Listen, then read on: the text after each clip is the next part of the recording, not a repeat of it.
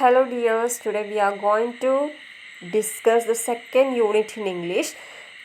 നമ്മൾ ഡിസ്കസ് ചെയ്യാൻ പോകുന്നത് ഇംഗ്ലീഷിലെ സെക്കൻഡ് യൂണിറ്റ് ആണ്. Unit name bonds of love. Bonds of love. What you mean by bonds? ബന്ധങ്ങൾ. ബോൺസ് എന്ന് പറഞ്ഞാൽ ബന്ധങ്ങൾ. അപ്പോൾ ബോൺസ് ഓഫ് ലവ് എന്ന് പറഞ്ഞാൽ സ്നേഹബന്ധങ്ങൾ. ഈ ഒരു യൂണിറ്റിൽ എന്താ നമ്മൾ പഠിക്കാൻ പോകുന്നത്? ജീവിതത്തിൽ സ്നേഹത്തിൻ്റെ വാല്യൂ പഠിപ്പിച്ചു തരുന്ന ഒരു യൂണിറ്റാണിത്. ഈ ഒരു യൂണിറ്റിൽ 3 ചാപ്റ്റേഴ്സാണ് നമ്മൾ ഡിസ്കസ് ചെയ്യാൻ പോകുന്നത്. ഫസ്റ്റ് ചാപ്റ്റർ ഒരു ഷോർട്ട് സ്റ്റോറിയാണ്, മെറ്റേണിറ്റി. സെക്കൻഡ് ചാപ്റ്റർ ഒരു പോയാണ്, song of a dream. Then third one ഓട്ടോബയോഗ്രഫിയാണ്, Tolstoy, fun. And now we are going to discuss the first chapter, maternity. Before that, all of you look at this picture. നിങ്ങൾക്കൊരു picture ഇപ്പോൾ കാണാൻ സാധിക്കുന്നുണ്ടല്ലോ. Bones of love എന്ന് എഴുതിയതിൻ്റെ താഴെയായിട്ടൊരു picture നിങ്ങൾക്ക് കാണാൻ സാധിക്കുന്നുണ്ടല്ലോ. എന്താണ്? ഒരു ഭൂമിയുടെ പിക്ചറുണ്ട്, അതുപോലെ ഒരുപാട് ആളുകൾ കൈകോർത്ത് പിടിച്ച് നിൽക്കുന്ന ഒരു പിക്ചർ കാണാം. അതുപോലെ തന്നെ ഉണ്ട് പ്രാവുകൾ കാണാം, അല്ലെ പീജിയൻസ് ഫ്ലൈ ചെയ്യുന്നത് കാണാം. What did you understand from this picture? നിങ്ങൾക്ക് എന്താണ് ഈ ഒരു പിക്ചറിൽ നിന്ന് മനസ്സിലാകുന്നത്? എന്താ മനസ്സിലാകുന്നത്? അവിടെ ജനങ്ങൾ കൈകോർത്ത് നിൽക്കുകയാണ് അല്ലേ. എന്താണ്? അവിടെ ഒരു പ്രശ്നവുമില്ല, ആളുകൾ നല്ല സമാധാനത്തിൽ സ്നേഹത്തോടെ ജീവിക്കുകയാണ്. ആ ഒരു പ്രാവുകൾ കണ്ടില്ല, പ്രാവുകൾ എന്തിൻ്റെയാണ്? സമാധാനത്തിൻ്റെ സിമ്പിളാണല്ലേ പ്രാവുകൾ, വെള്ളരി പ്രാവുകൾ എന്നൊക്കെ പറയാറില്ല. അപ്പം ആ ഒരു സമാധാനം, ആ ഒരു സന്തോഷം, ആ ഒരു സ്നേഹബന്ധമാണ് നമുക്ക് ഈ ഒരു പിക്ചറിൽ കാണാൻ സാധിക്കുന്നത്. ഇനി നെക്സ്റ്റ് നിങ്ങൾക്കൊരു ഏറ്റവും മുകളിലായിട്ട് ഒരു ഫ്ലെയിം കാണാം അല്ലേ. ഫ്ലെയിം ബേണിങ് ഫ്ലെയിമാണ്, തീ ആളിക്കത്തുന്നത് നിങ്ങൾക്ക് കാണാം. ഈ തീൻ്റെ ഉള്ളിൽ എന്തുണ്ട്? ഒരു 5 കൈകൾ കാണാൻ സാധിക്കുന്നുണ്ട് അല്ലേ. ഈ 5 കൈകളിൽ എന്തുണ്ട്? ക്യാൻഡിൽസ് ഉണ്ട്. അപ്പോൾ അവരെന്താ ചെയ്യുന്നത്? ഒരു ക്യാൻഡിൽ നിന്നും മറ്റുള്ള ക്യാൻഡിൽസ് കത്തിക്കാൻ ശ്രമിക്കുകയാണ് ചെയ്യുന്നത്. ഒരു ക്യാൻഡിൽ നിന്നും മറ്റുള്ള ക്യാൻഡിൽസ് കത്തിക്കാൻ ശ്രമിക്കുകയാണ് ചെയ്യുന്നത്. ആ ഒരു പിക്ചറാണ് നിങ്ങൾക്ക് കാണാൻ സാധിക്കുന്നത്. അപ്പോൾ എന്താണ് ചെയ്യുന്നത്? നമ്മളിപ്പോൾ ദീപാവലിക്കൊക്കെ നിങ്ങൾക്കറിയാം അല്ലേ, ആദ്യം ഫസ്റ്റ് ഒരു ദീപം തെളിയിക്കും, എന്നിട്ട് എന്ത് ചെയ്യും? മറ്റുള്ള ദീപങ്ങളൊക്കെ ഈ ഒരു ദീപം വെച്ചിട്ടായിരിക്കും തെളിക്കുന്നത്. എന്നാൽ ഈ കയ്യിൽ ഇപ്പോൾ ഫസ്റ്റ് തെളിയിച്ച് ദീപം കെട്ടുപോകുന്നത്, അണയുന്നുണ്ടോ? ഇല്ല. അതുപോലെ തന്നെയാണ് നമ്മൾ ഈ ഒരു പിക്ചറിലും കാണുന്നത്. എന്താണ്? ആ ഒരു ക്യാൻഡിൽ നിന്നും അവർ ലൈറ്റ് കത്തിക്കാൻ ശ്രമിക്കുന്നുണ്ട്. എന്നിട്ട് എന്താവുന്നില്ല, അതും കൂടെ കത്തി നല്ല വെളിച്ചം വരികയാണ്, നല്ല ലൈറ്റ് പ്രൊഡ്യൂസ് ചെയ്യുകയാണ് ചെയ്യുന്നത്. ഇനി നിങ്ങൾക്ക് അവിടെ ഒരു 3 ലൈൻസ് കാണാം അല്ലേ. ഒരു 3 ലൈൻസ് ഒരു പോയം കാണാം. ഒരു സ്മോൾ പോയാണ്. ജസ്റ്റ് ഒന്ന് നോക്കാം. Lighting 1 candle with another candle spring evening. Lighting 1 candle with another candle spring evening. Translated by Robert has translate ചെയ്തിട്ടുള്ള ഒരു 3 ലൈൻസ് ആണ് നിങ്ങൾക്ക് കാണാൻ സാധിക്കുന്നത്. ഇങ്ങനെ ഈ 3 ലൈൻസിന് നമ്മൾ എന്താ പറയുന്നത്? ഹൈക്കു എന്നാണ് പറഞ്ഞത്. ഹൈക്കു പോയംസ്. ഹൈക്കു പോയംസിൻ്റെ ഒരു പ്രത്യേകത, അത് അൺറൈംഡ് ആയിരിക്കും. എന്ന് വെച്ചാൽ അതിന് ഒരു പ്രോപ്പറായിട്ടുള്ള ഒരു റിതമോ ഒന്നും ഉണ്ടായിരിക്കില്ല. അതുപോലെ തന്നെ എന്തായിരിക്കും? ഷോർട്ടായിരിക്കും. വെറും 3 ലൈൻസ് മാത്രമേ ഉണ്ടാവുള്ളൂ. എന്നാലോ വലിയൊരു മെസ്സേജ് ആയിരിക്കും നമുക്കതിന്ന് മനസ്സിലാക്കാൻ സാധിക്കുക. അങ്ങനെയുള്ള പോയത്തിനെയാണ് നമ്മൾ ഹൈക്കു പോയംസ് എന്ന് പറയുന്നത്. ഇതിൻ്റെ ഒറിജിൻ എന്ന് പറയുന്നത് ജപ്പാനിലാണ് ഹൈക്കു പോയംസിൻ്റെ ഒറിജിൻ.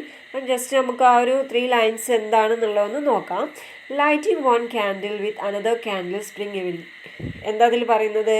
നമ്മൾ നേരത്തെ പറഞ്ഞ ആ ഒരു പിക്ചറിനെ ബേസ് ചെയ്തിട്ട് തന്നെയാണ് ഇതിലും പറയുന്നത്. ഒരു ക്യാൻഡിൽ നിന്ന് മറ്റു ക്യാൻഡിൽ കത്തിക്കുന്നു, എന്നിട്ട് എന്താകുന്നു? സ്പ്രിങ് ഈവനിങ് സ്പ്രിങ് ആക്കുന്നു. ഈവനിങ് സ്പ്രിങ് ആക്കാന്ന് ഉദ്ദേശിക്കുന്നത്, സ്പ്രിങ് എന്ന് പറഞ്ഞാൽ വസന്തകാലം. വസന്തകാലത്തിൻ്റെ പ്രത്യേകത എന്താ?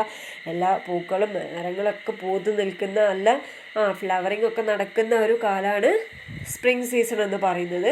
ഈവനിങ് ആണെങ്കിലോ ഡാർക്കാണ് അല്ലേ സൂചിപ്പിക്കുന്നത്. ഡാർക്ക്, എല്ലാം അസ്തമിക്കുന്ന, എല്ലാം അവസാനിക്കുന്ന ഒരു ടൈമാണ് ഈവനിങ് എന്ന് പറഞ്ഞത്. അന്ധകാരം എന്നൊക്കെ പറയുന്ന ആ ഒരു ടൈമാണ് ഈവനിങ്. അപ്പോൾ ഈ ഒരു അന്ധകാരത്തെ, ഈ ഒരു ഇരുട്ടിനെ പ്രകാശിപ്പിക്കാൻ, സ്പ്രിങ് ആക്കാൻ, വസന്തകാലാക്കാൻ, ഈ ഒരു അന്ധകാരത്തെ വസന്തകാലാക്കാൻ ആർക്ക് സാധിക്കും? ഈ ഒരു ക്യാൻഡിലിന് സാധിക്കില്ല. ഒരു ക്യാൻഡിൽ നിന്നാണ് മറ്റു എല്ലാ ക്യാൻഡിൽസും കത്തിക്കുന്നത്. അങ്ങനെ അവിടെ നല്ലൊരു വെളിച്ചമാണ് ഉണ്ടാക്കിയെടുക്കുന്നത്.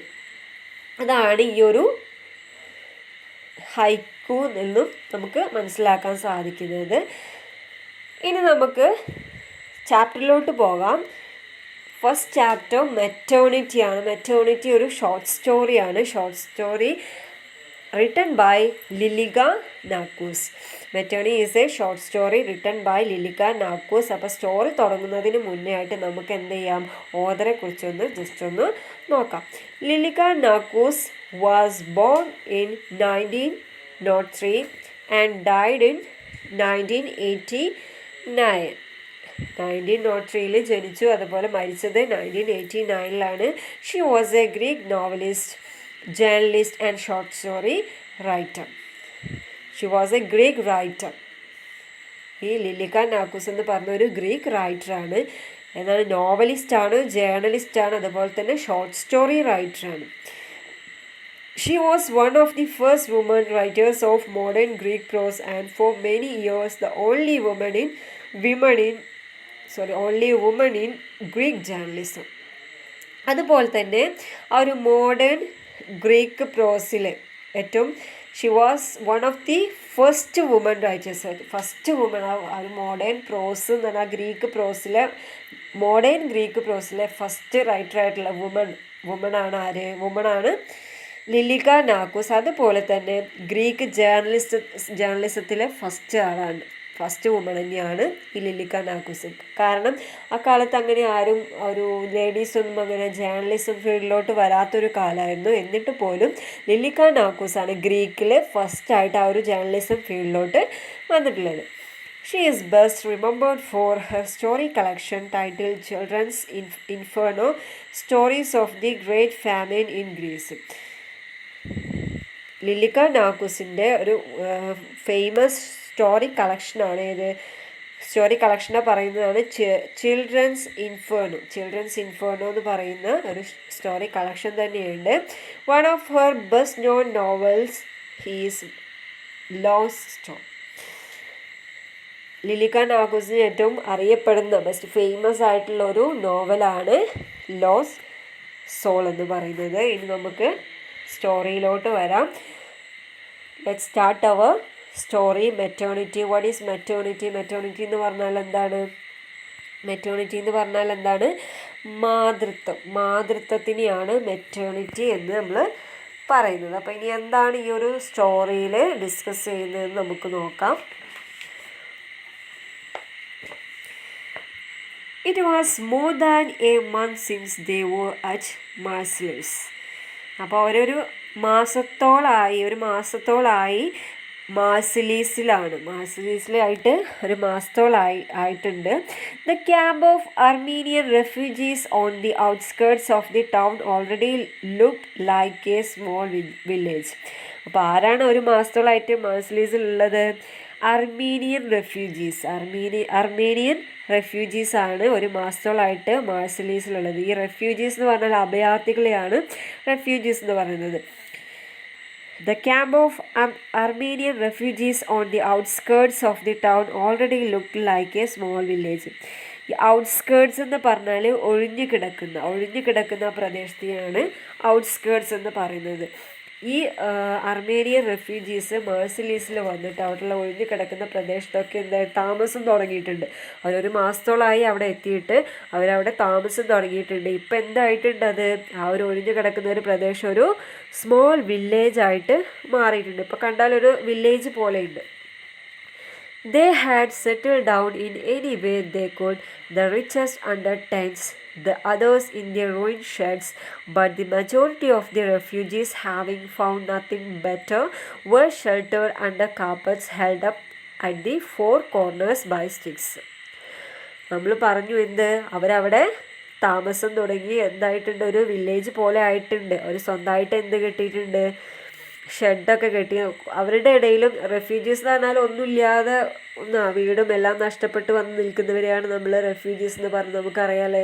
പ്രളയത്തിലൊക്കെ നമ്മൾ ഒരുപാട് ആളുകൾ നമ്മളുടെ നാട്ടിലെ നമ്മൾ കണ്ടിട്ടുണ്ട്. സ്കൂളുകളിലും അതേപോലെ വേറെ ക്യാമ്പുകളൊക്കെ ഉണ്ടായിട്ട് അവിടെ ക്യാമ്പിലൊക്കെ പോയി നിൽക്കുന്ന ആ ഒരു എക്സ്പീരിയൻസ് ഇപ്പോൾ എല്ലാവർക്കും അറിയാം.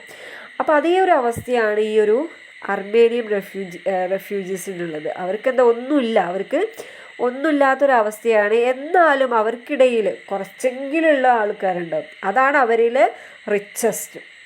അവരിൽ പണക്കാരെന്ന് പറഞ്ഞാൽ ₹1 എടുക്കാനുള്ളവരായിരിക്കും അവരിൽ റിച്ചസ്റ്റ് എന്ന് പറഞ്ഞത്, ഏറ്റവും പണക്കാർ. അപ്പം അതിൽ ആ റെഫ്യൂജീസിലും കുറച്ച് പണമുള്ളവരുണ്ട്. അവരെന്ത് ചെയ്തു? കുറച്ച് പണമുള്ളവർ ടെൻറ്റുകൾ കെട്ടിയിട്ടുണ്ട്. ഇനി ഒന്നുമില്ലാത്തവർ എന്ത് ചെയ്യുന്നുണ്ട്? തകർന്ന ഷെഡുകളൊക്കെയാണ് കെട്ടിയിട്ടുള്ളത്. ഷെഡുകളാണ് കെട്ടിയിട്ടുള്ളത്. But the majority of the refugees, having found nothing better, were sheltered under carpets held up at the four corners by sticks. ഒരുപാട് ആളുകൾ എന്താണ് കെട്ടിയിട്ടുള്ളത്? കുറച്ച് പേര് റിച്ചായിട്ടുള്ളവരുണ്ടാവുള്ളൂ അവരിൽ. റിച്ച് എന്ന് പറഞ്ഞാൽ ഒരുപാട് കാശൊന്നുമല്ല, അവർ ടെൻറ്റ് കെട്ടാനുള്ള ഒരു പ്രാപ്തിയുള്ളവർ, അത്രയേ ഉള്ളൂ. പിന്നെ ബാക്കിയുള്ളവരൊക്കെ എന്താ ചെയ്തിട്ടുള്ളത്? ഒരു 4 കോർണറിലും വടിയൊക്കെ അടിച്ച് കെട്ടിയിട്ട് മേലെ കാർപ്പറ്റ്, നമ്മൾ ചവിട്ടിയിടില്ലേ, ചവിട്ടാനിടുന്ന ആ ഒരു കാർപ്പറ്റ് മേലെ മാത്രം, സൈഡൊന്നും മറച്ചിട്ടില്ല, കവർ ചെയ്തിട്ടില്ല, മേലെ മാത്രം എന്ത് ചെയ്തിട്ടുണ്ട്? ആ ചവിട്ടി വെച്ച് കവർ ചെയ്തിട്ടുണ്ട്. അങ്ങനെ ജീവിക്കുന്നവരാണ് മെജോറിറ്റി അവരുടെ ഇടയിലുള്ളത്. കുറച്ച് പേര് മാത്രമേ ടെൻറ്റൊക്കെ കെട്ടിയിട്ടുള്ളൂ.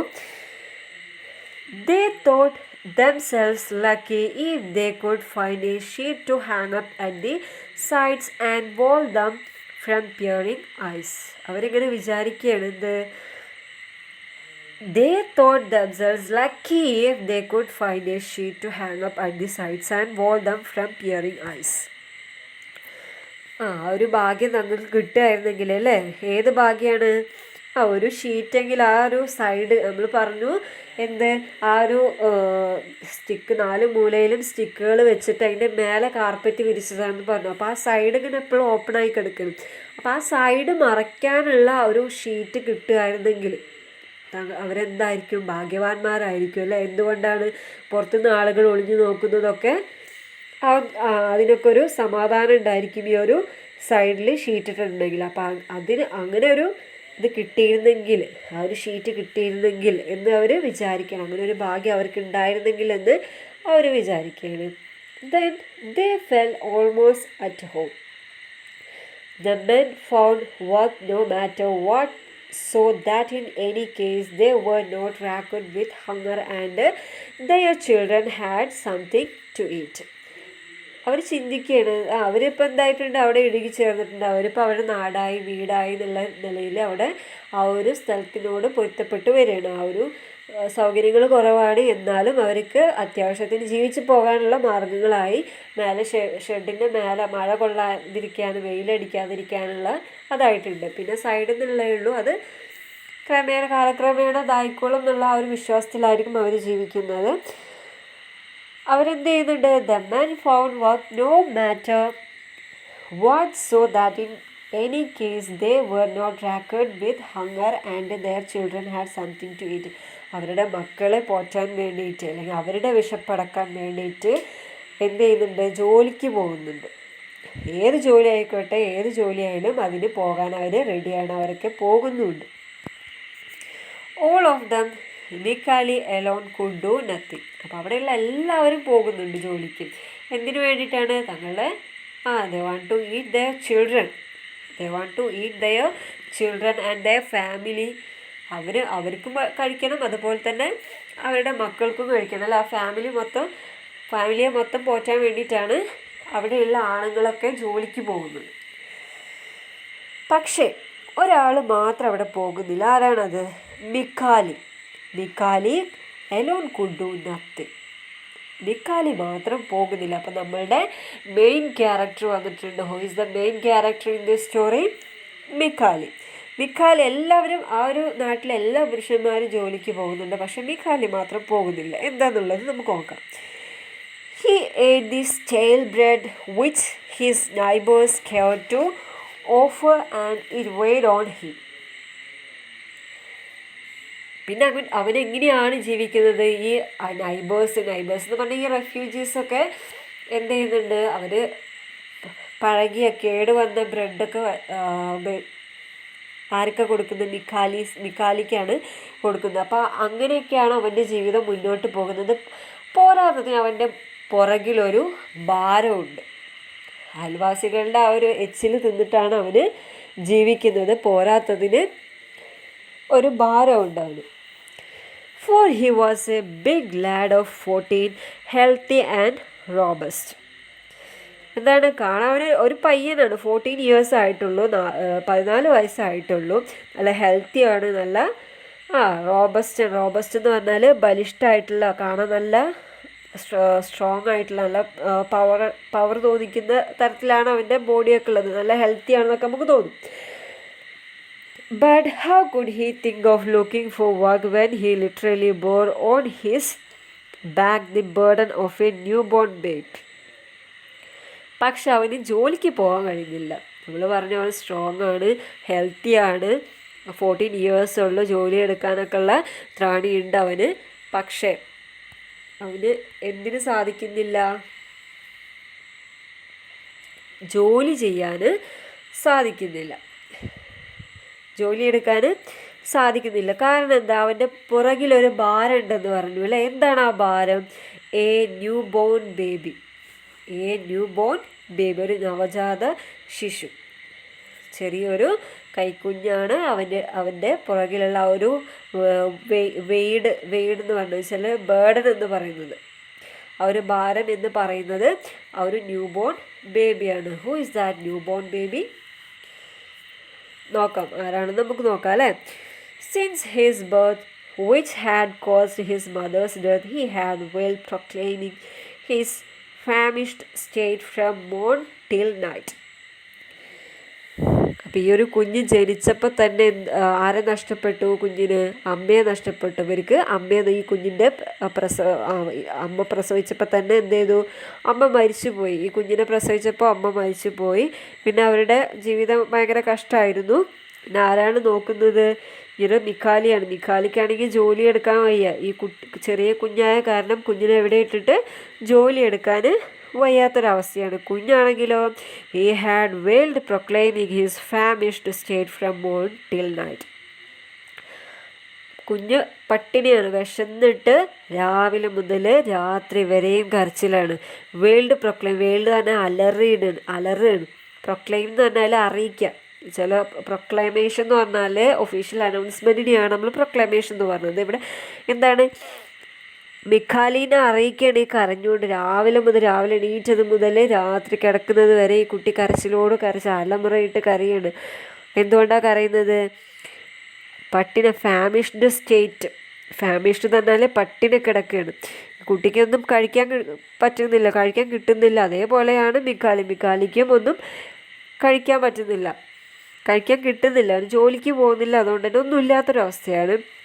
would have accepted Mikhali's services when his own compatriots had chased him from their quarters because they were unable to bear the uninterrupted house which kept them awake at night.